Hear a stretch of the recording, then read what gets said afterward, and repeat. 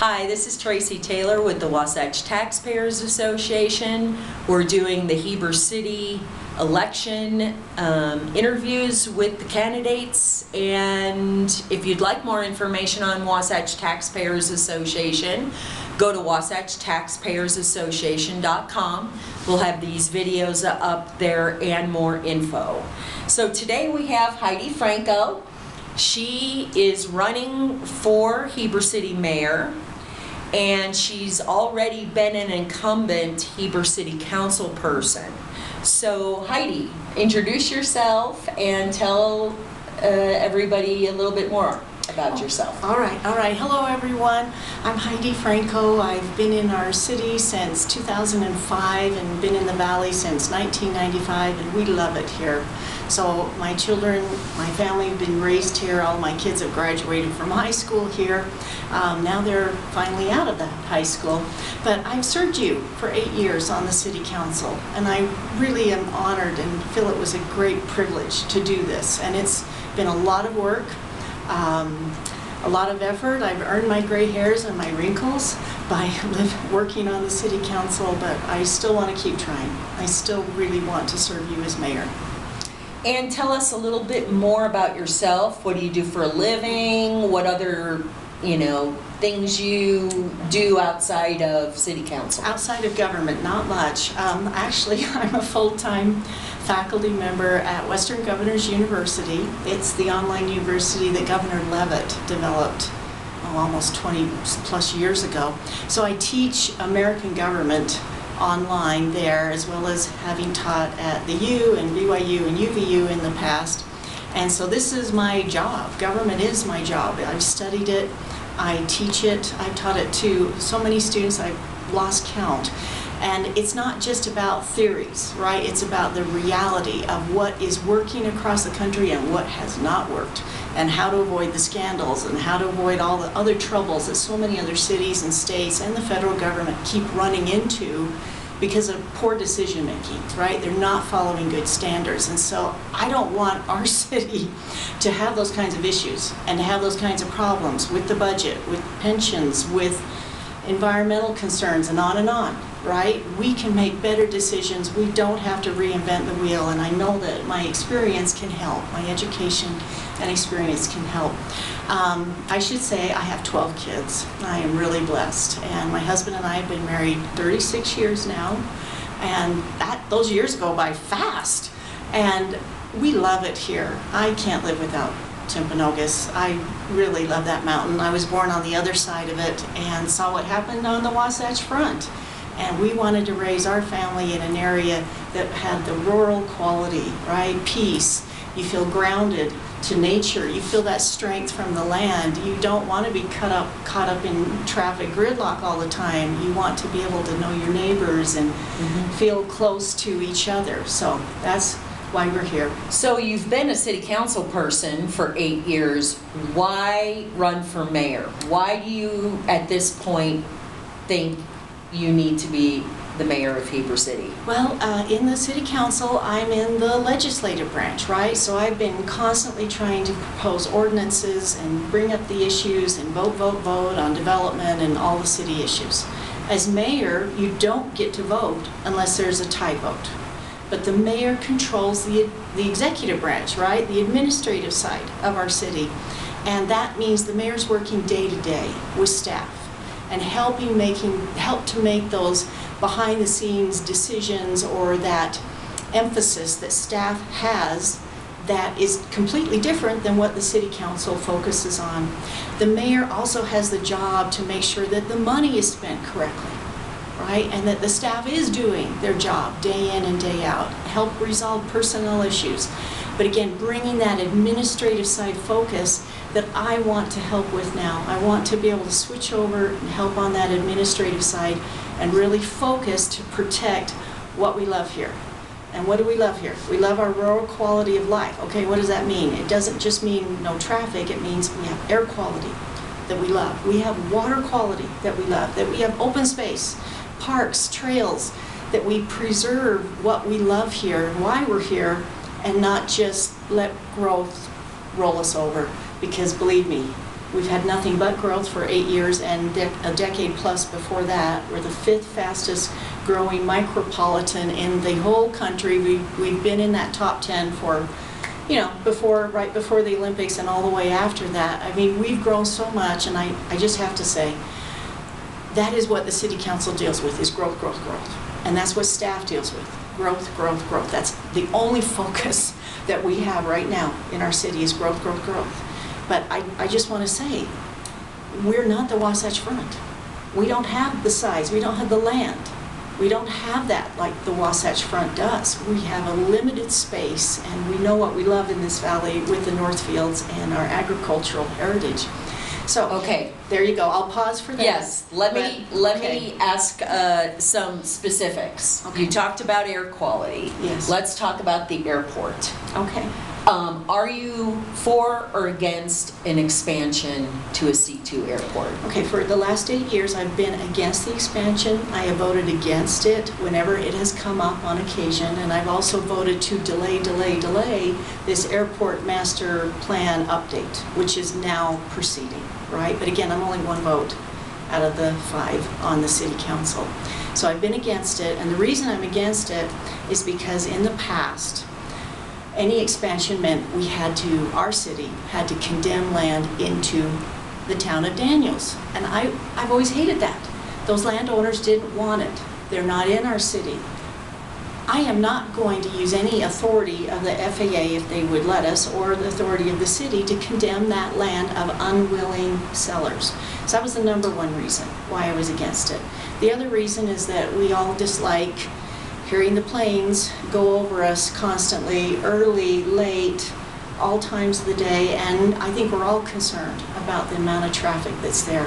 Now, with the new air quality ordinance that I helped to write and get passed through the city council, we're doing the air quality monitoring now at the airport. So you can see, you know, is it green air, is it yellow air, is it red air out there? Obviously, we've been mostly getting the orange and red air with the wildfires coming up from California, but for the most part, it's in the green to yellow, which is good, right?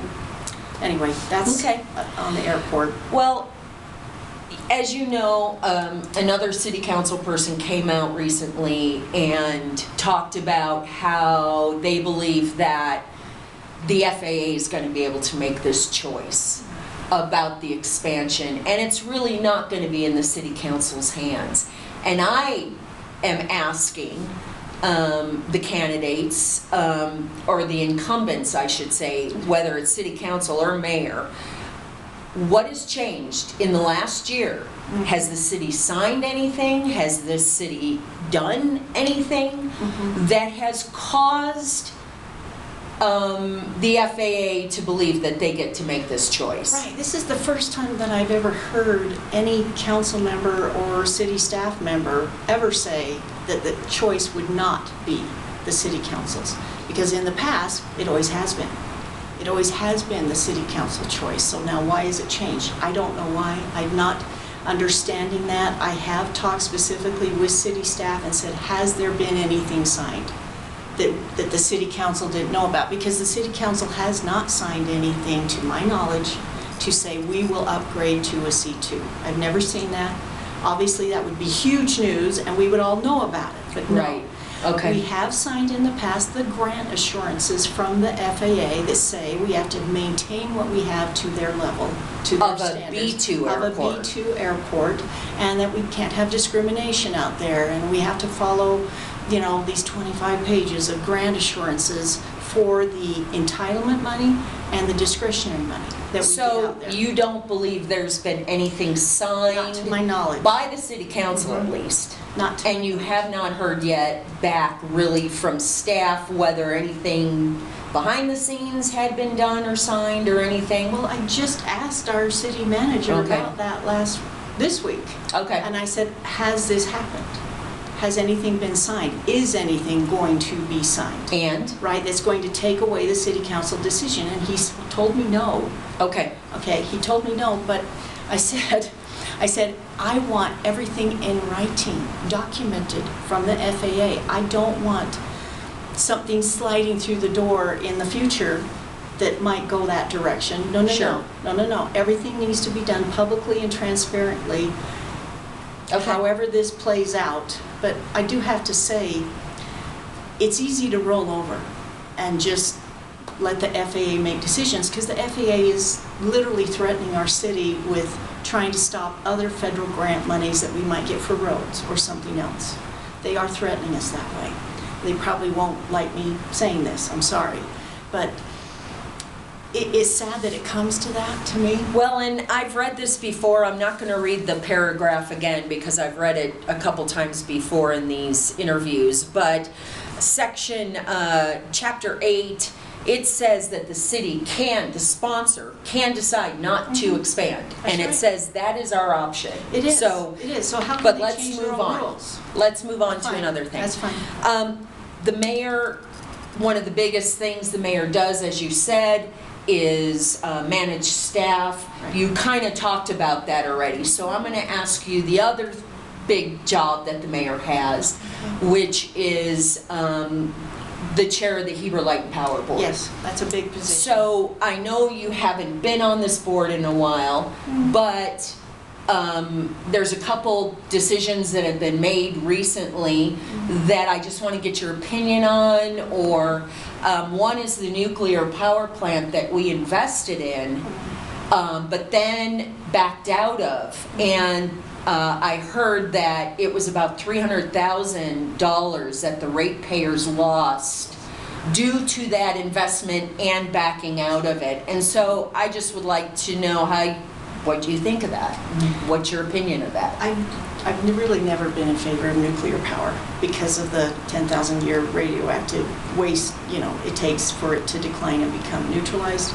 And I probably didn't say that scientifically correct, but I've never been in favor of it. Well, there were citizens and groups that came and did presentations Yes. saying that however you feel about nuclear power, whether you like it or not, the investment itself was not a good investment. Well, I agree. And there were other towns that have backed out besides us. So it's not like we're the only town that backed out of this. That's right. But, so just on an investment part of it, do you know the details of it, or were you aware that they were, before they decided on it? When I was on the board 8 years ago, that proposal was being talked about, but I was only on the board for about 4 to 5 months before I was removed because of the hard questions I was asking about salaries and benefits and other decisions that they were making at that time. So it was being talked about way back then, but no money was being, talked about. The $300,000 investment, to me that is a really sad chunk of money that we've lost, right? Because now we've got to make up the difference, and it's not uncommon for rates to be increased from the Heber Light and Power Company. So I would love to work with them again as mayor.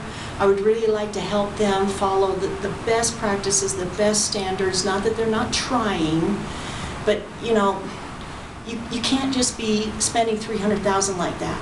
The contracts have to be written better so that they can recoup their costs, right? And not take risks like this with our ratepayer money, because it's our money. Right. And they have taken other risks in the past, and it's not led to good choices.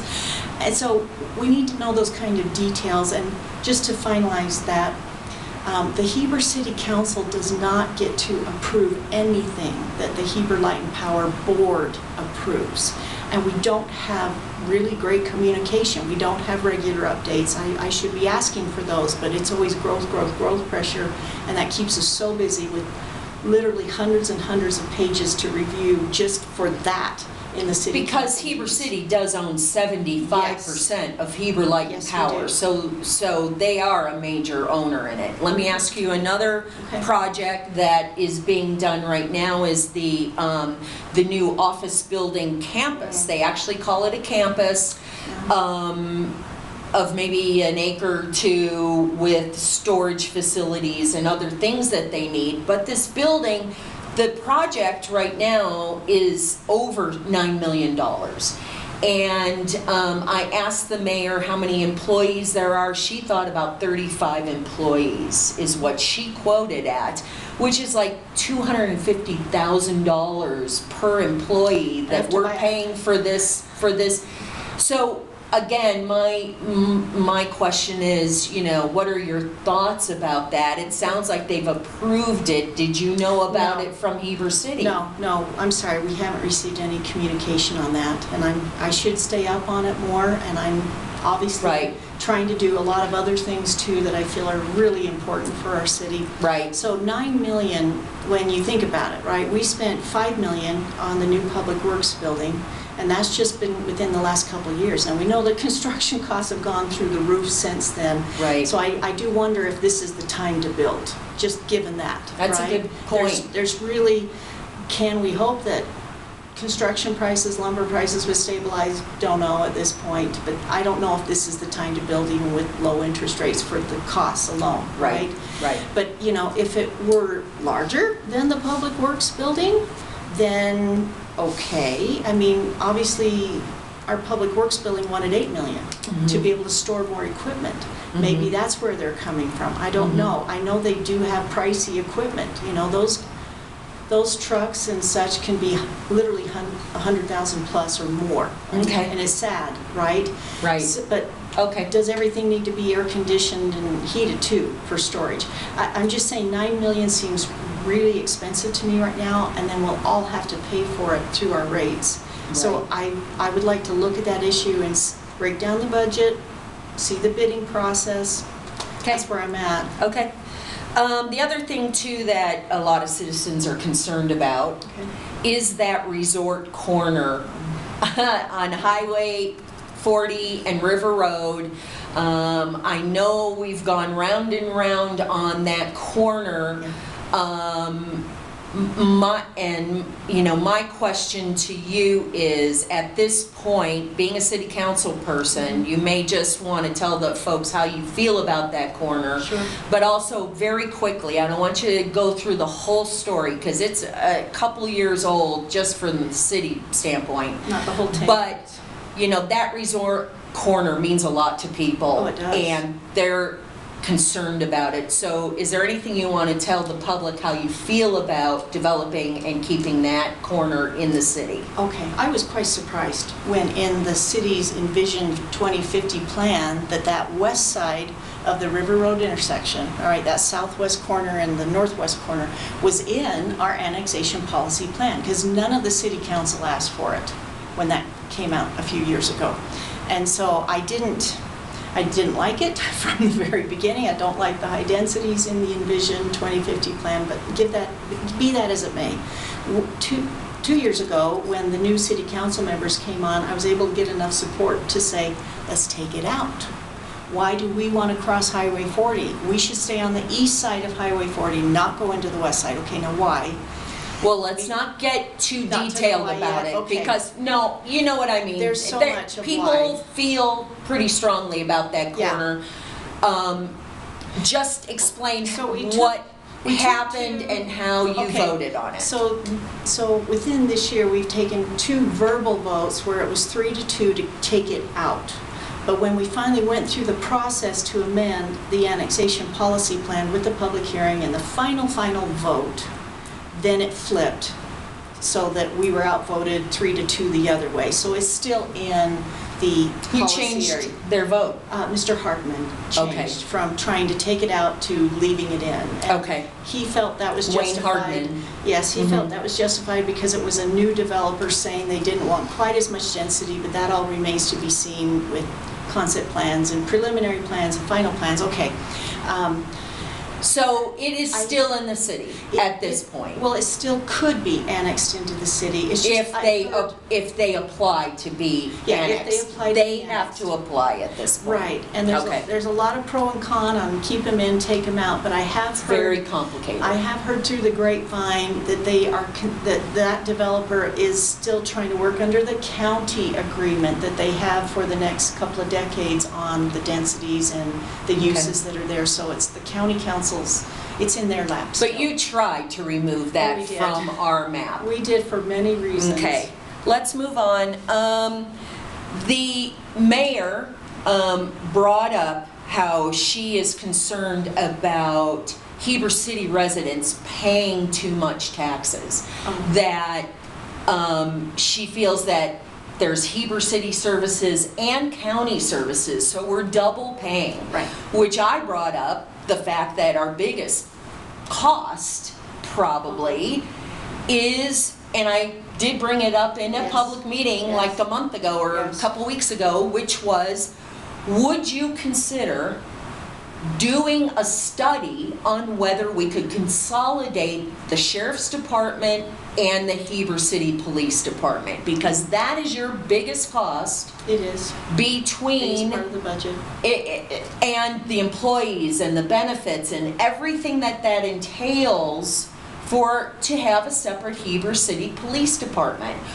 All I'm asking the candidates is, would you consider it? Would you vote to do a study, or would you promote doing a study? If you were the mayor, would you at least promote the study to be done, just to see if it's fiscally responsible of a thing to do for Heber City taxpayers? I understand, Yeah. and I'm not against a study.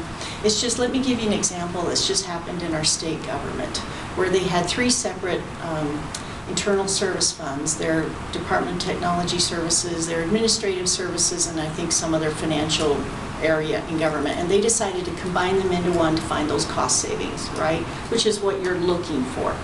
Okay, I think there's some reality here that we need to consider. And first of all, whether it was all one big consolidated, department, or whether they're separate departments, we're likely going to need the same amount of people, because we really base it off of population size. So whether the populations are separate or whether they're combined, we still have the same number of people, and there's standards for how many police officers or how many staff per population.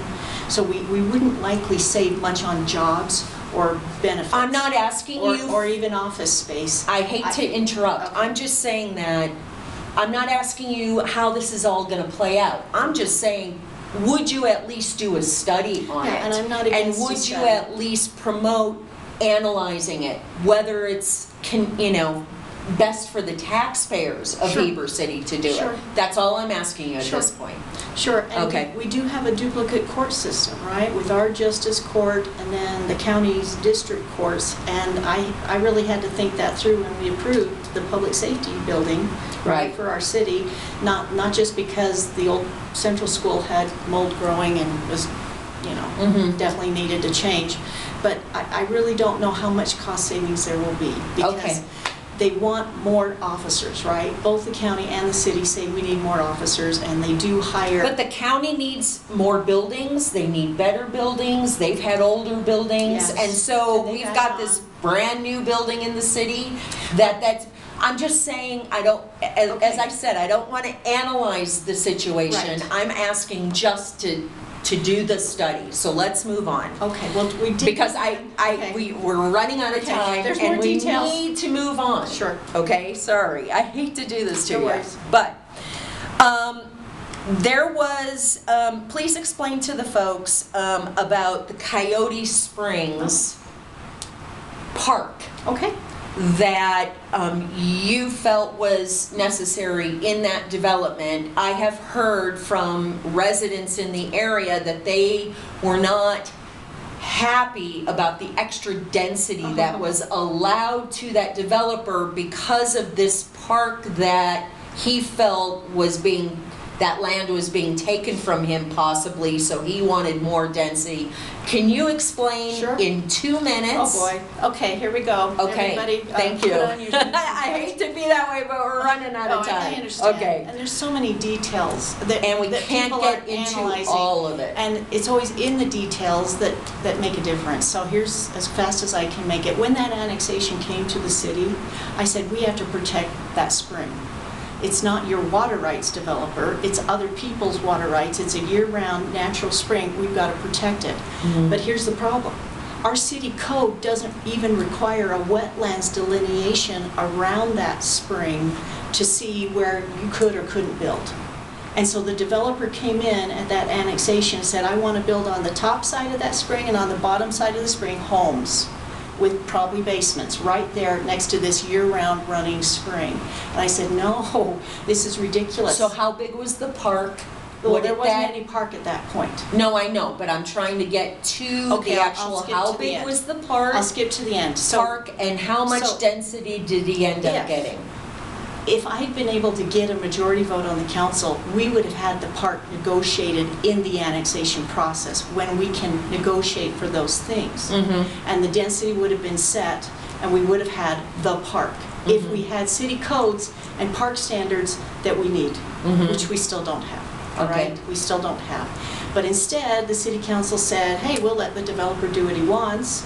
And so so that was proposed, build right around this spring, turn it in, fence it off, make it a nuisance instead of the attraction that it really is, the natural resource it is. Okay, and so when they came in for their preliminary plan and the newer city council was elected, I said, this needs to be a park.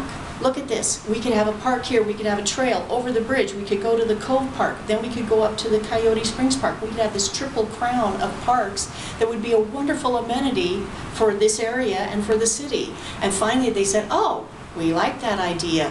And so that's when the city council said, well, let's negotiate now after annexation to try to get that park. But the only way the developer would deed the land free to the city is if the city gave him much, much higher density in the townhome area around that park. And so how much extra density did he end up getting? Oh, I think it was several dozen units. I'm sorry, I'm going to have to go back and check that. But, now the open space that was required for him, that he was going to spread out through that whole area, is now localized in the almost 3-acre park, which will have the trail to the Cove Park, which will then have the trail up to the new Coyote Trailhead Park. And so that's the nutshell. And see, this is what I'm saying. Those details matter up front. Right. And our city has not focused on those kind of details to this point. I want to focus on those kind of details. So we don't get so that- stuck in that situation. So we don't end up giving away more density or giving away more farms to get or to protect the natural resources that we're now starting to annex more and more into our city.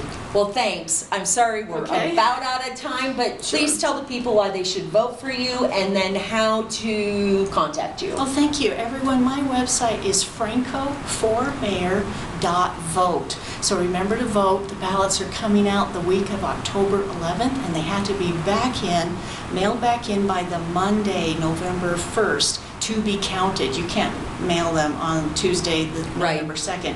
So if you don't get them in by Monday, the 1st, to the mail, then you'll have to go in and literally vote in person, but it will be at the county building. Okay, everyone. I've worked hard for you for 8 years. You know I've been accountable to you. You know I ask the details and the hard questions that nobody else asks. You know I care about not raising your property tax, not voting to increase my own salary. I didn't do those things this year, and I've consistently voted against the high density demands that our incredible extreme growth keeps asking for in our city, and it's because I want to protect what we love about And how Heber can City. people contact you? Well, they can go to francoformayor.vote. I've got my email there. It's Heidi at francoformayor.vote. You can call me also. My phone number is 435-503-2195. Leave a voicemail, send me a text.